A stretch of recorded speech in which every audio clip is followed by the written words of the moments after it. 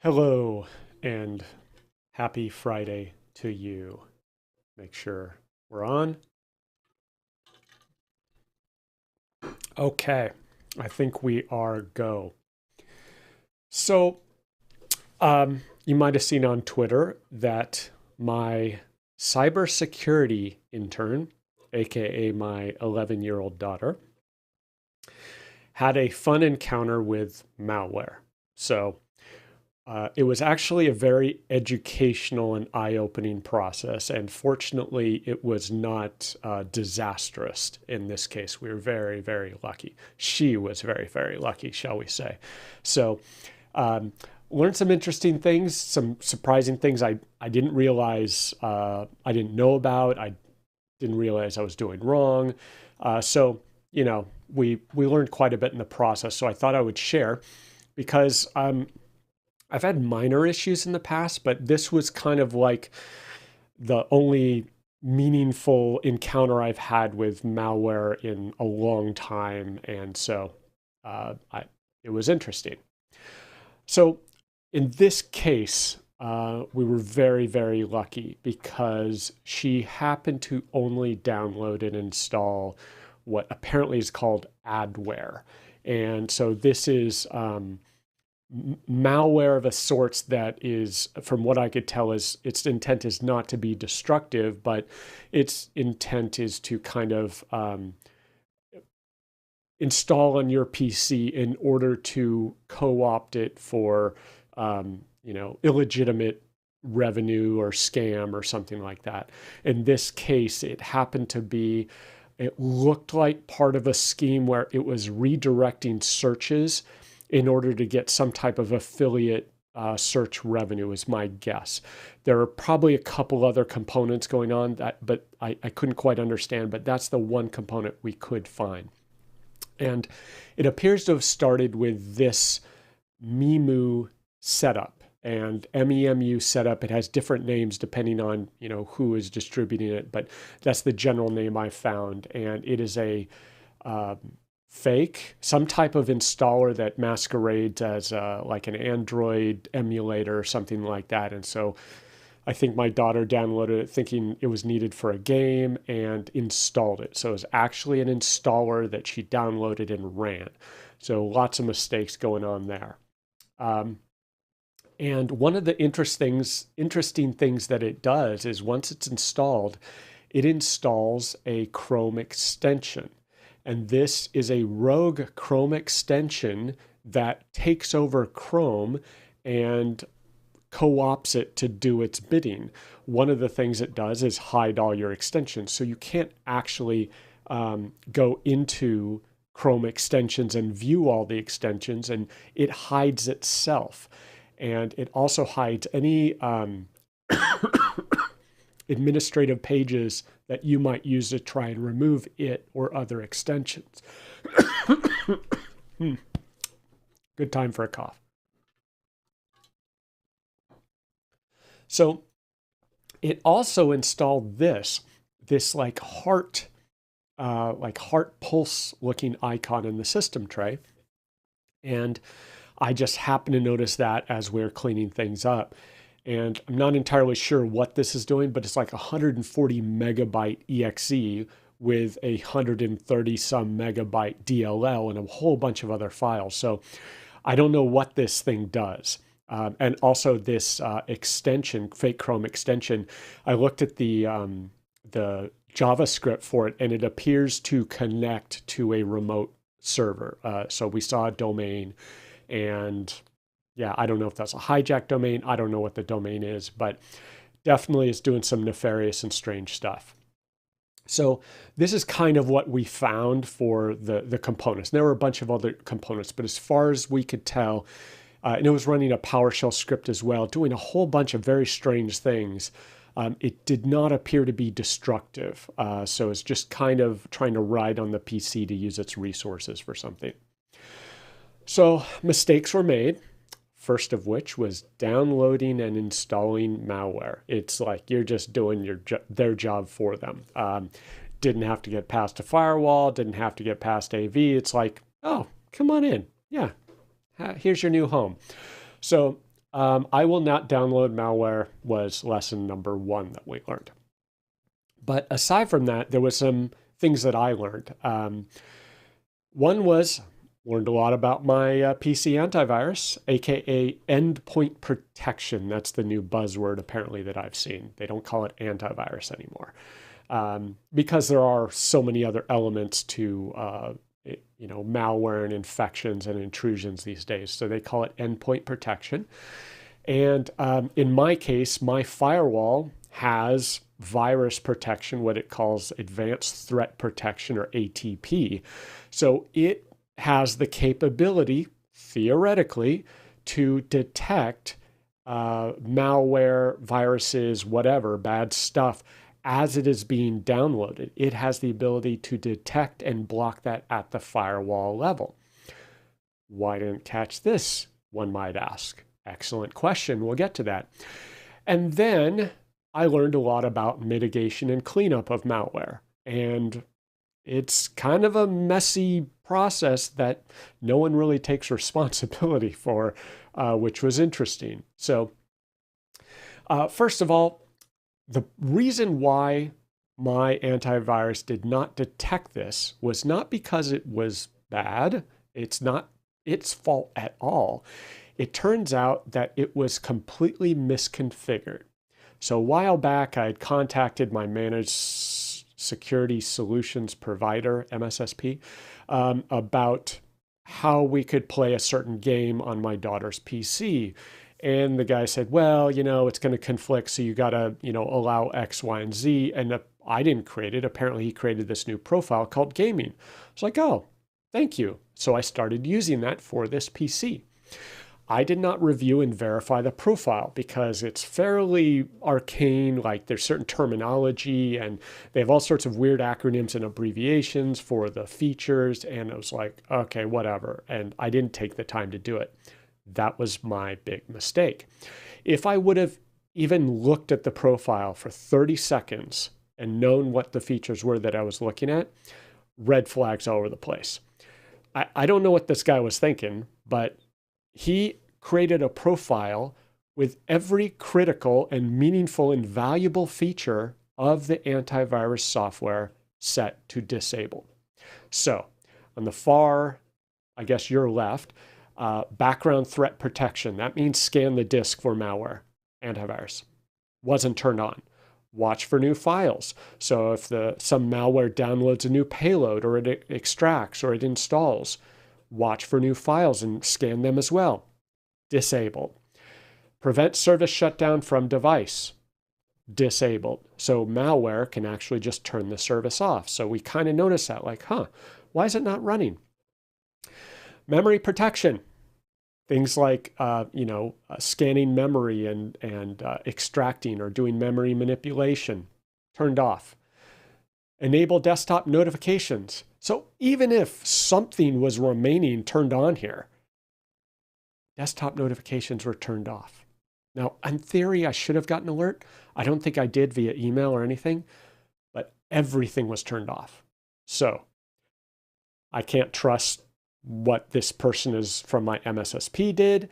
I now know, fine, I'm responsible for that. I need to understand it. I need to know it. I need to monitor it, and I'll be responsible. I cannot rely upon other people. And just think about this in the context of small and medium businesses who, like me, rely upon other people, consultants, to do these things. Like most businesses can't figure out, background threat detection and memory protection settings in their antivirus. Like, nor should they. Like, it's just not their business. I just happen to be a computer nerd that can look into this stuff and realize that someone wasn't on the ball when they dropped this in as a profile for me.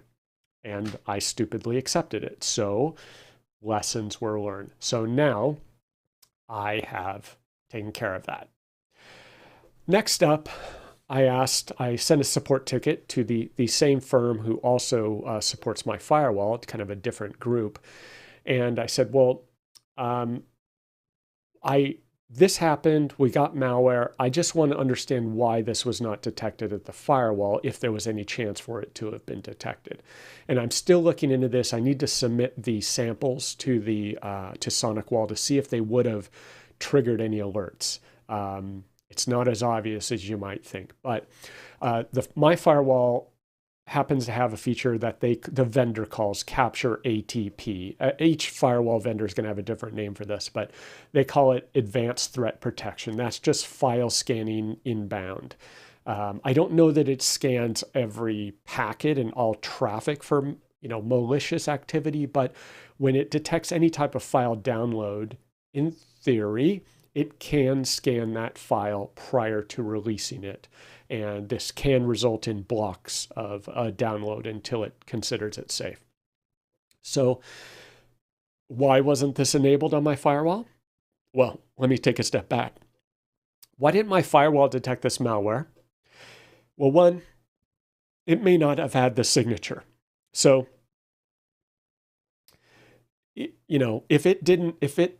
my firewall's antivirus didn't have this signature, wasn't able to detect it, it wouldn't have mattered.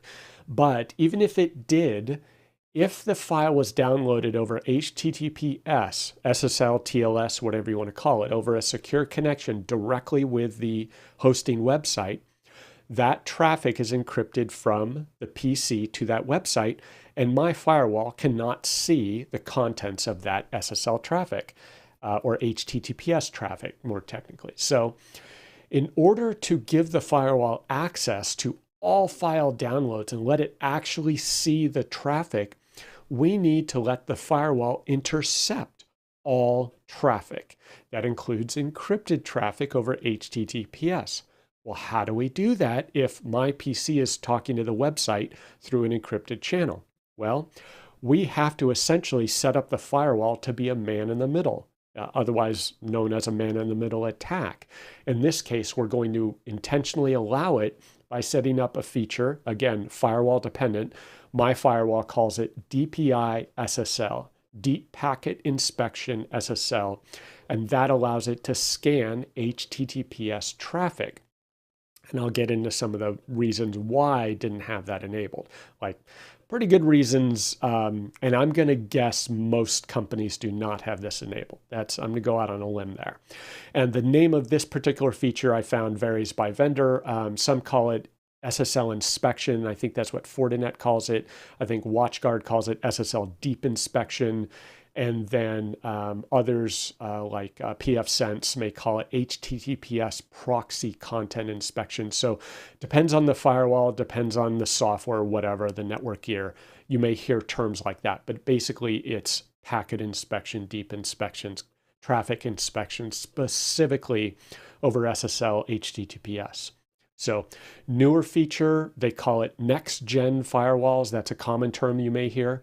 Not commonly used and not enabled by default because of the significant processing capability that requires.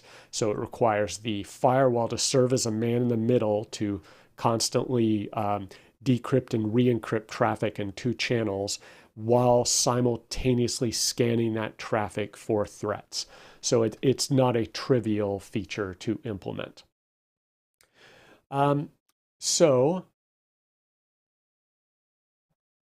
Just for reference, this is what that configuration screen looks like. I had it disabled, and you'll notice current DPI SSL connections, current peak and max. My firewall says that the maximum number of connections it can support over DPI SSL is 50,000. So that's a clue as to what I'm going to talk about later as to why this is not commonly inspected. And so I can enable SSL client inspection for intrusion prevention, gateway antivirus, anti-spyware, application firewall, content filter, etc. So I can apply all of these firewall features that I currently have to HTTPS traffic as well.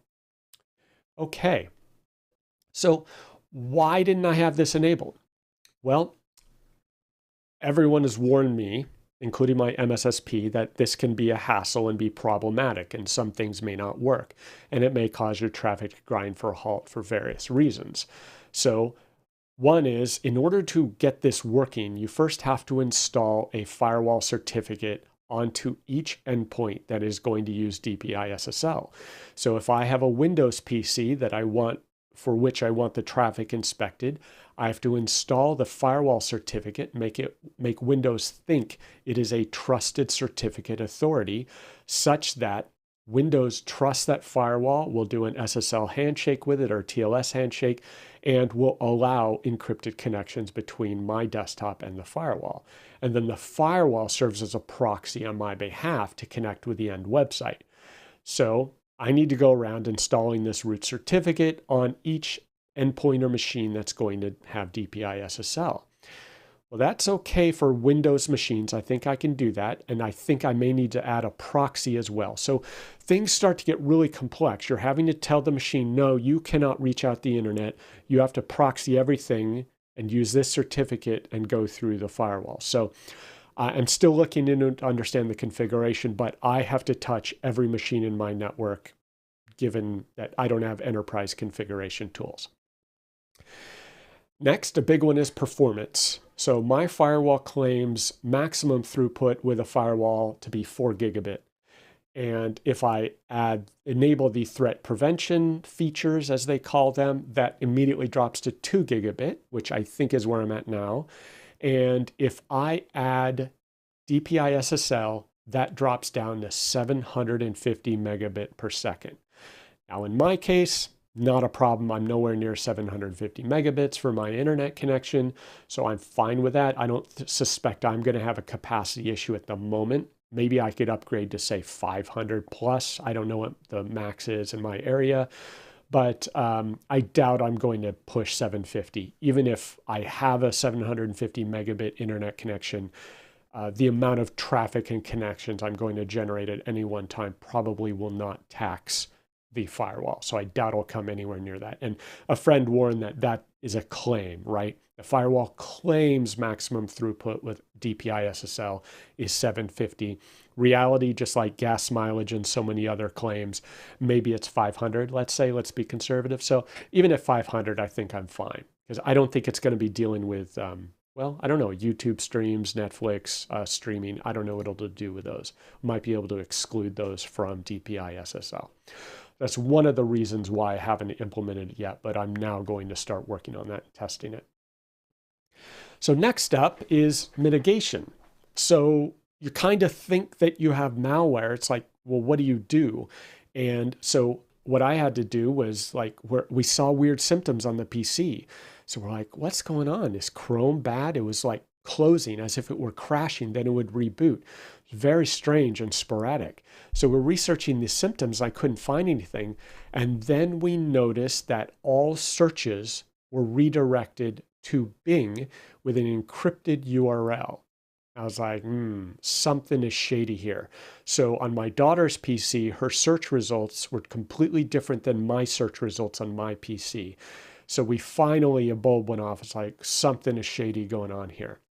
I had to manually identify the malware. Since Cylance was effectively disabled, it wasn't detecting anything. So I started to search and realized finally that we had a problem. I suspected we had a problem. I submitted some sample files to VirusTotal to verify that they were actually malicious. Got that positive confirmation. Then I started the process of manually disabling the main components I could find. So it was very much a manual process. I opened up Task Manager, went down the list of every process, and that's how I found the first one. And that led us to other components, and we started to see the scope. This thing was like, had tentacles all over the place. And that seems to be a common symptom. So then, once I kind of understood what was going on, so these are some examples. So the first one there, that's the actual Chrome extension it installed, and it labeled it Chrome_cast, right? Trying to hide itself as something else. And that background JS file that you see there, that had JavaScript with configuration and instructions for connecting to the controller domain that it was working with. And then it had a fake icon, and the manifest was its configuration for Chrome. And then through Task Manager, I found this process, energy.exe. I don't fully understand what this was and what it was doing. I'm going to submit it to Cylance and have them bump it up on their threat score because even now, neither Cylance nor Malwarebytes detects this as a threat. I'll show you that later. For whatever reason, this is not on their radar. Might be because it's malware and it's just not malicious enough to really trigger alerts. And for reference, when I scanned this energy.exe, only 12 out of 64 vendors on VirusTotal detected it as a potential threat. 12 out of 64. So to anyone who says, and if you hear anyone say this, my antivirus is good, that antivirus is bad. I have a better antivirus than that one, or the one you're using isn't very good. You should really switch to this one. I can tell you, if you look at the VirusTotal scan results across vendors, there is absolutely no one vendor that's going to come out on top at 100%. And it's just going to depend on what the payload is, who detects it, what their algorithms are. They may or may not find it. And the bottom one, the actual installer, more vendors detected that, but still, it's not a guarantee. There is no solution, as far as I know, with endpoint protection that will detect all of this stuff. So cleanup. Like I said, neither Cylance nor Malwarebytes could detect all of the components of this malware. I had to find much of it manually and clean it up. So you cannot rely. It might detect part of it, and that might trigger a warning and give you a clue that there's something wrong. But for cleanup, you will have to go in and either just wipe the machine or really manually investigate everything with a fine-tooth comb to remove as many components as you can find. And I'm not convinced we got everything, but I think we got enough where we essentially disabled it to the point where it's no longer a threat. I changed the Cylance profile to one that actually did something. So once I realized that the profile was useless, my vendor kind of pointed that out. I have now changed it down to a lockdown profile. Now, I now am aware of that mistake, so I'm going to fix it. I happened to find, I was aware of Malwarebytes, and so they have a free version. I installed and ran that, and it then detected and cleaned up other components, some of which we knew about, some of which we didn't. And the thing that it's pretty good at in this case was it found a bunch of registry entries that related to this malware. So we went in the registry, detected those, deleted all that stuff, or had it quarantine those reg entries. And then I had to manually remove remaining components. Neither Cylance nor Malwarebytes appeared to detect the rogue Chrome extension.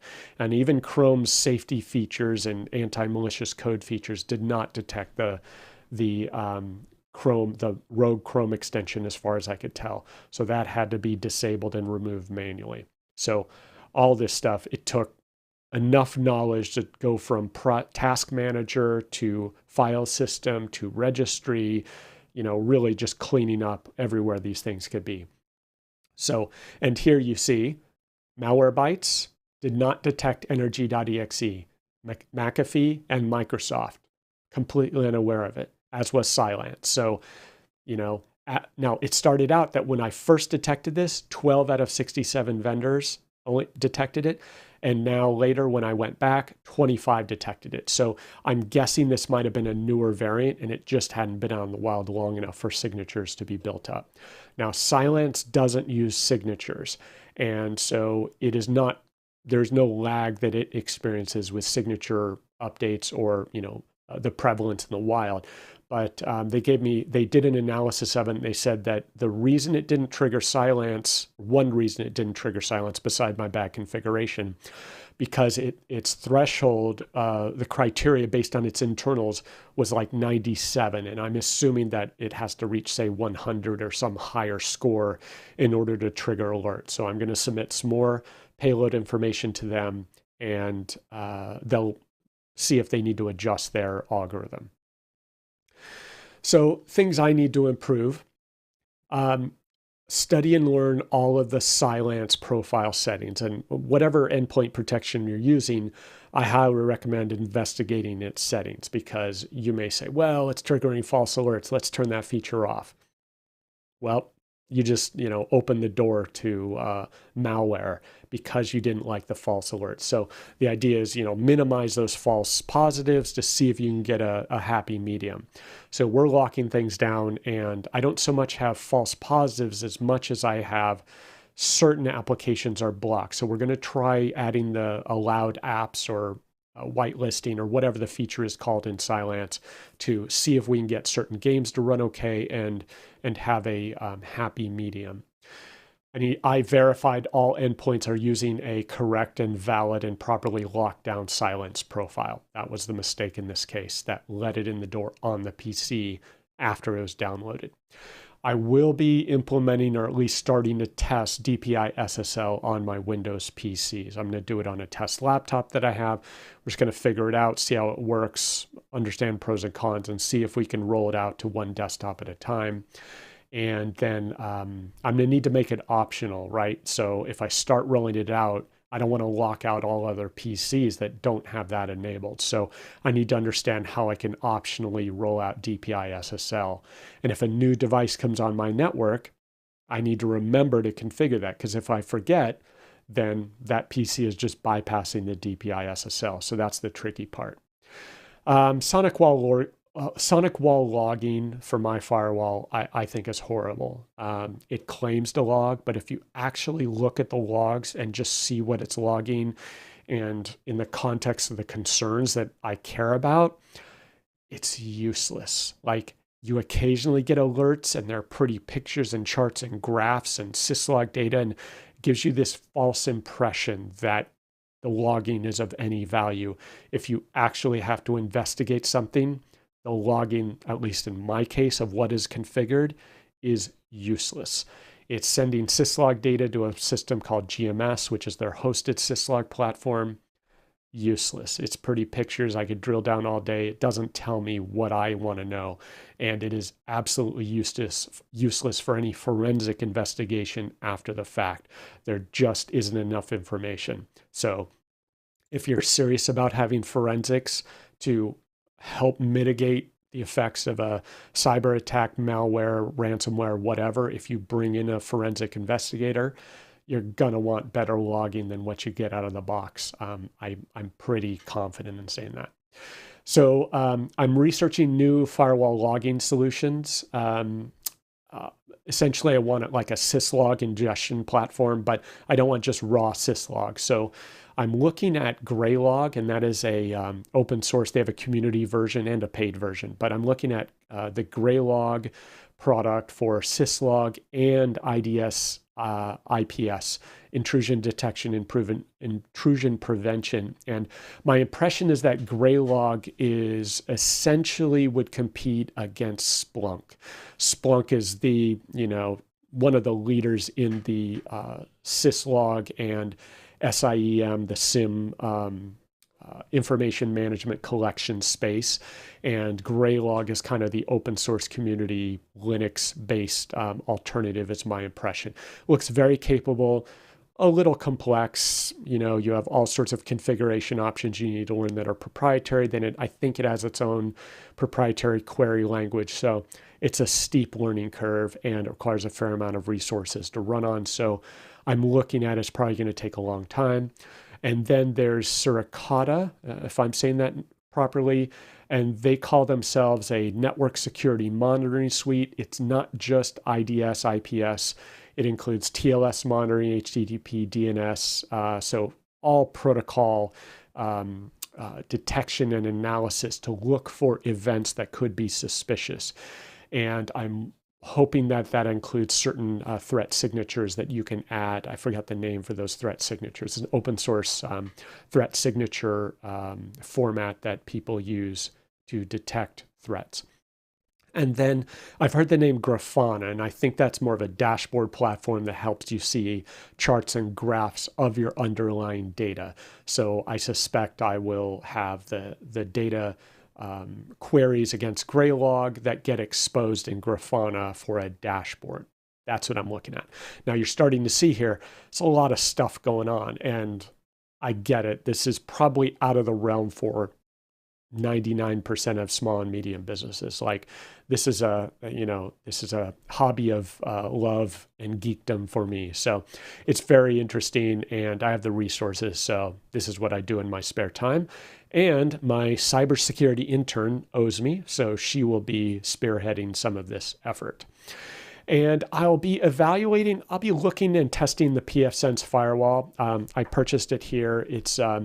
I just bought the small Netgate appliance, and this is a $129 small firewall appliance that would work for a Soho or a remote branch office.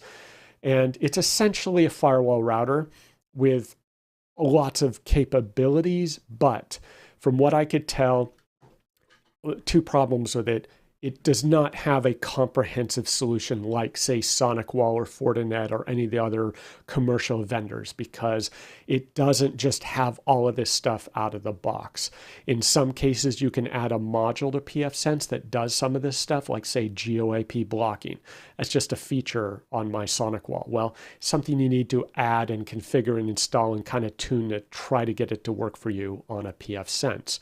And if you want intrusion detection, that's another thing. And if you want what my firewall calls advanced threat protection, like virus scanning of traffic in real time, that's something else. And if you want IDS, that's something else. So it ends up that if you go with something like pfSense, my impression is if you're looking for something equivalent to commercial firewalls, you're going to have at least 5 to 10 solutions that you have to duct tape together and assemble and monitor and manage in order to compete.